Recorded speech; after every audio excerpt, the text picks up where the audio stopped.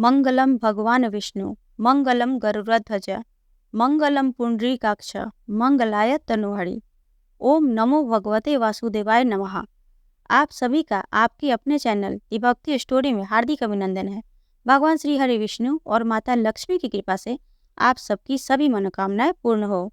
आज की वीडियो में हम बात करेंगे निर्जला एकादशी का व्रत साल 2024 में किस दिन रखा जाएगा, व्रत का पारण कब करें, व्रत की पूजा विधि और महत्व।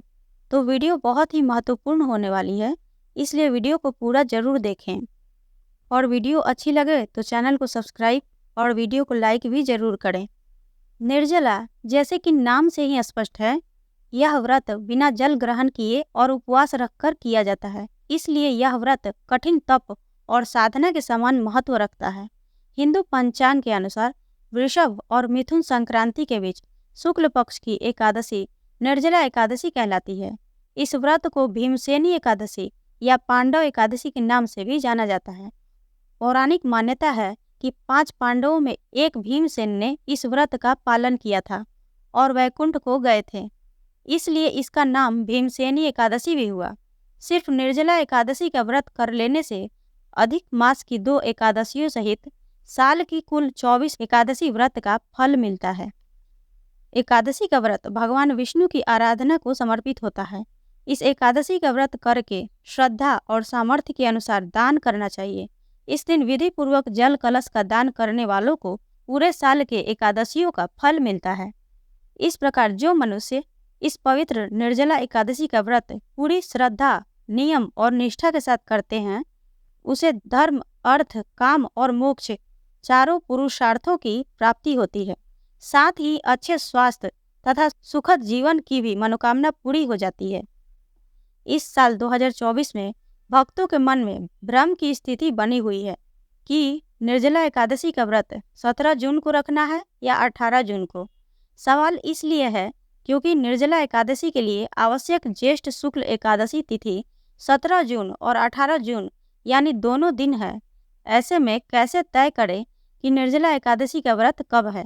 मान्यताओं के अनुसार जिस दिन एकादशी तिथि में सूर्योदय होगा उस दिन ही व्रत रखा जाएगा, लेकिन इस बार दोनों ही दिन एकादशी तिथि में सूर्य का उदय हो रहा है। दोनों ही दिन उदया तिथि प्राप्त हो जा रही है। ऐसे में आइए जानते हैं निर्जला एकादशी व्रत की सही तिथि क्या है। पंचांग के अनुसार देखा जाए तो इस बार ज्येष्ठ शुक्ल एकादशी की तिथि 17 जून दिन सोमवार को प्रातः 4:43 पर शुरू हो रही है और उस दिन सूर्योदय प्रातः 5:23 पर हो रहा है। वहीं ज्येष्ठ शुक्ल एकादशी तिथि का समापन 18 जून मंगलवार को सुबह 7:24 पर होगा। उस दिन भी सूर्योदय सुबह 5:23 पर हो रहा है।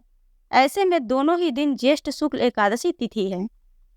मान्यताओं के अनुसार यदि इस तरह की स्थिति पैदा होती है तो खासकर एकादशी व्रत में द्वादशी तिथि के समापन का विचार करते हैं, क्योंकि व्रत का पारण द्वादशी के समापन से पूर्व होता है।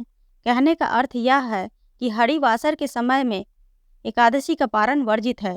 द्वादशी तिथि के प्रथम चरण के बीतने के बाद ही पारण होता है। अब द्वादशी तिथि 18 जून को सुबह 7:24 से शुरू होकर 19 जून की सुबह 7:28 पर खत्म होगी। ऐसे में निर्जला एकादशी का व्रत 18 जून को रखना ही सही होगा और इसका पारण 19 जून को द्वादशी तिथि के समापन समय सुबह 7:28 से पूर्व कर लेना होगा। निर्जला एकादशी व्रत का पारण समय है 19 जून दिन बुधवार को सुबह 5:24 से 7:28 तक। व्रती को 5:24 से 7:28 के बीच पारण कर लेना चाहिए। तो आइए अब जानते हैं निर्जला एकादशी व्रत की पूजा विधि। इस व्रत में सूर्योदय से पहले उठना जरूरी होता है। फिर तीर्थ स्नान करने का विधान है। ऐसा न कर पाए तो पानी में गंगा जल की कुछ बूंदें और 1 चुटकी तिल मिलाकर नहाते हैं। फिर व्रत करने का संकल्प लिया जाता है। इसके बाद उगते हुए सूरज को जल चढ़ाकर दिन की शुरुआत होती है। एकादशी तिथि के सूर्योदय से अगले दिन द्वादशी तिथि के सूर्योदय तक जल नहीं पिया जाता है और भोजन भी नहीं किया जाता है। एकादशी के दिन भगवान श्री हरि विष्णु की पूजा, दान और दिन भर व्रत रखने का संकल्प लेना चाहिए। भगवान श्री हरि विष्णु की विधि विधान से पूजा करनी चाहिए। इस दिन पीले कपड़े पहनकर पूजा करनी चाहिए। पूजा में पीले फूल, फल और पीली मिठाई जरूर शामिल करें। साथ ही पंचामृत का भोग भी जरूर लगाएं। इसके बाद ओम नमो भगवते वासुदेवाय मंत्र का जाप करें। फिर श्रद्धा और भक्ति से कथा सुननी चाहिए। जल से कलश भरें और उसे सफ़ेद वस्त्र से ढक कर रखें। उस पर चीनी और दक्षिणा रखकर ब्राह्मण को दान दें। मान्यताओं के अनुसार निर्जला एकादशी पर जरूरतमंद लोगों को जल दान के साथ ही अन्न, कपड़े, आसन, जूता, छाता, पंखा और फलों का दान करना चाहिए। इस दिन जल से भरे कलश और तिल का दान करने से अश्वमेध यज्ञ करने जितना पुण्य मिलता है, जिससे पाप खत्म हो जाते हैं। इस दान से व्रत करने वाले के भीतर भी तृप्त हो जाते हैं। इस व्रत से अन्य एकादशियों पर अन्न खाने का दोष भी खत्म हो जाता है और हर एकादशी व्रत के पुण्य का फल मिलता है।